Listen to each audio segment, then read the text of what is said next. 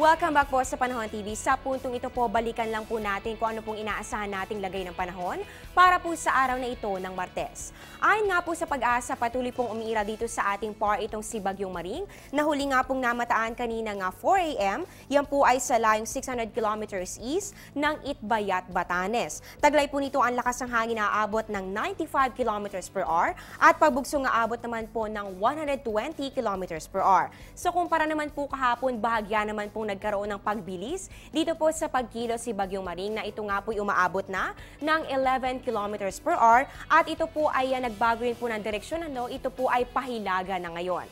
Para po sa lagay na ating panahon ngayong araw na ito, dahil nga po napapalakas pa rin po ni Bagyong Maring itong hanging habagat natin. Asahan po dito sa bahagi ng Luzon, yan po ay buong Luzon, pati na rin po sa may Western Visayas, ang pagkakaroon pa rin po ng monsoon rains. Ito po ay dulot ng ating hanging habagat na maaari pong magdulot pa rin ng mga pagbaha o pagguho ng lupa. Kaya doble ingat po para sa mga taga Luzon at Western Visayas. Dito naman po sa natitirang bahagi po ng Visayas, magkakaroon naman po kayo dyan ng ulap na kalangitan na meron pong light to moderate rain showers and thunderstorms. At para naman po dito sa bahagi ng Mindanao, magkakaroon lamang po kayo ng partly cloudy to cloudy skies with isolated rain showers or thunderstorms. Patuloy po nating babantayan sa mga susunod na oras sa magiging lagay nitong si Bagyong Maring.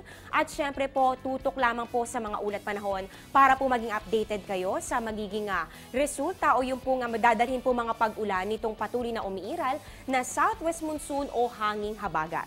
Ngayon naman po, alamin po natin ang extremes of temperature at ang relative humidity. Para po sa minimum temperature na itala po ang 23.6 degrees Celsius at ang maximum naman po natin ay 26 degrees Celsius.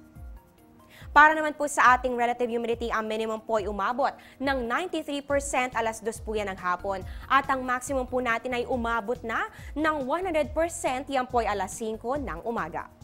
Mga kababayan, para po maging updated sa minu-minutong pagbabago sa ating panahon, pwede nyo kaming i-like sa Facebook, panahon.tv, or follow us on Twitter at Panahon TV. At syempre, welcoming kayo sa aming website sa www.panahon.tv. Abangan nyo po kami mamaya sa Balitaan Good Morning Boss at sa oras-oras sa Panahon TV Express dito lamang sa Telebisyon ng Bayan. Live mula sa Pag-asa Weather and Fall Forecasting Center, ito ang Panahon TV kung saan walang pinipiling panahon ang pagbibigay impormasyon. Ako po ang inyong weather lover, Amor La Rosa, na nagsasabing ang taong laging handa at mahinahon, kayang lagpasan anumang pagsubok ng panahon. Magandang umaga po at mag-ingat po kayong lahat. Ang programang ito ay hatid sa inyo ng Air 21. Sagot ko, padala mo!